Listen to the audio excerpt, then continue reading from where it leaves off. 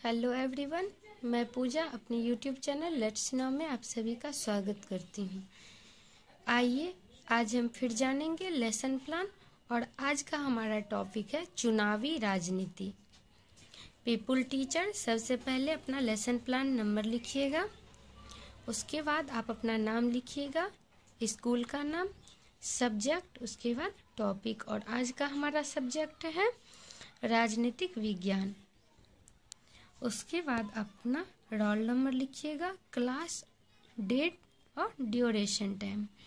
उसके बाद आता है आपका सामान्य उद्देश्य। ये आपके सब्जेक्ट से रिलेट करता है। आप जिस सब्जेक्ट को पढ़ा रहे हैं उसके बारे में लिखिएगा। जैसे मेरा राजनीतिक विज्ञान है तो मैं उसके बारे में लिख रही हूँ। इसमें पहला है मेरा छात्रों को राजनीतिक विज्ञान के प्रति रुचि उत्पन्न कराना। दूसरा है छात्रों के मानसिक शक्ति का विकास कराना। तीसरा है छात्रों को राजनीतिक विज्ञान का ज्ञान कराना। इस प्रकार आपका सामान्य उद्देश्य हुआ। उसके बाद आता है आपका विशिष्ट उद्देश्य, जो आपके टॉपिक से रिलेट करता है। इसमें पहला है छात्र चुनावी राजनीति का प्रतिस्मरण कर सकेंगे। उसके बाद दूसरा इसमें छात्रों की चुनावी राजनीति की व्याख्या कर सकेंगे।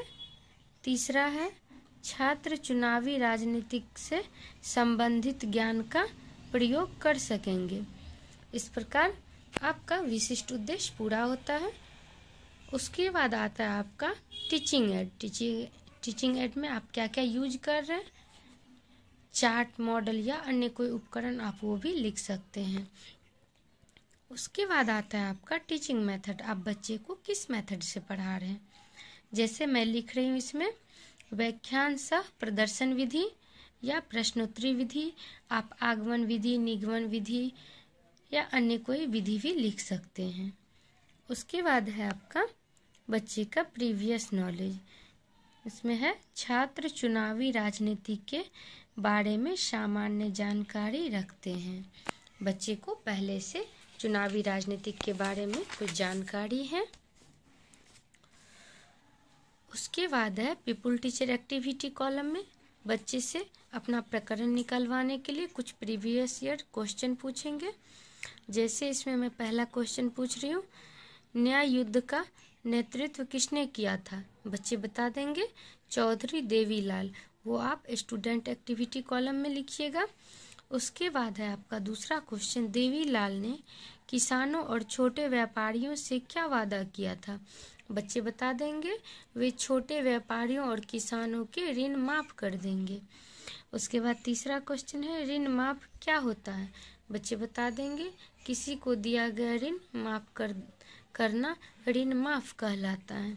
इस प्रकार जब आपका टॉपिक निकल जाए तो बच्चे को टॉपिक डिक्लेयर कर दीजिए। बच्चों, आज हम लोग चुनावी राजनीति के बारे में चर्चा करेंगे। इस प्रकार बच्चे को आप अपना टॉपिक डिक्लेयर कर दीजिए। तो ब्लैक बोर्ड कॉलम में ब्लैक बोर्ड पे आप लिख दीजिए, ब्लैक बोर्ड पे चुनावी राजनीति। उसके बाद आता है आपका नीचे इधर प्रेजेंटेशन। आप जो आज प्रेजेंट करने वाले हैं उसके बारे में शॉर्ट फॉर्म में लिखिएगा। चुनाव लोकतंत्र का एक महत्वपूर्ण प्रक्रिया है जिसके द्वारा जनता अपने प्रतिनिधियों को चुनती है। संविधान के अनुच्छेद 324 में निर्वाचन आयोग को चुनाव संपन्न कराने की जिम्मेदारी सौंपी है। इस प्रकार बच्चे को बताइएगा। उसके बाद टीचिंग पॉइंट में आप जो पढ़ाइएगा उसका पॉइंट लिखिएगा। निर्वाचन प्रक्रिया, उससे पहले बच्चे से क्वेश्चन पूछ लीजिएगा, मतपत्र क्या है। बच्चे बताएंगे, वो आप स्टूडेंट एक्टिविटी कॉलम में लिखिएगा। मतपत्र एक ऐसा कागज होता है जिस पर चुनाव लड़ रहे उम्मीदवारों, उनकी पार्टी के नाम एवं उनके चुनाव चिन्ह होते हैं। इस प्रकार बच्चे बता देंगे। फिर आप बच्चे को निर्वाचन प्रक्रिया को डिटेल में समझाइएगा।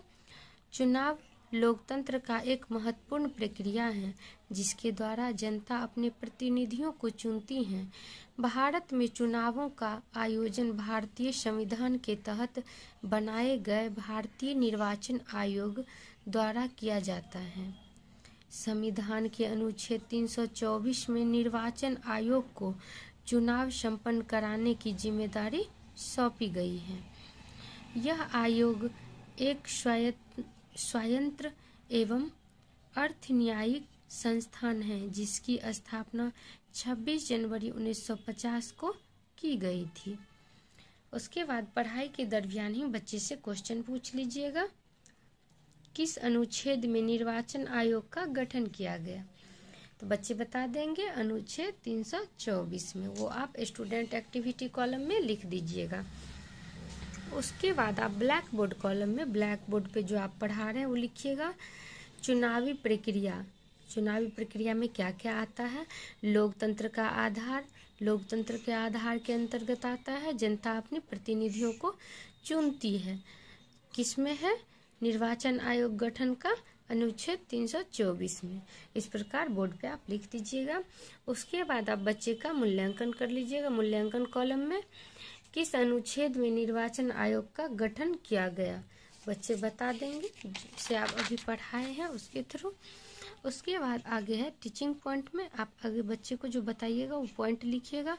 चुनाव के पहले पीपुल टीचर एक्टिविटी कॉलम में आप जो समझाइएगा वो लिखिएगा। चुनाव के पहले नामांकन, मतदान और गिनती की तिथियों की घोषणा कर दी जाती है।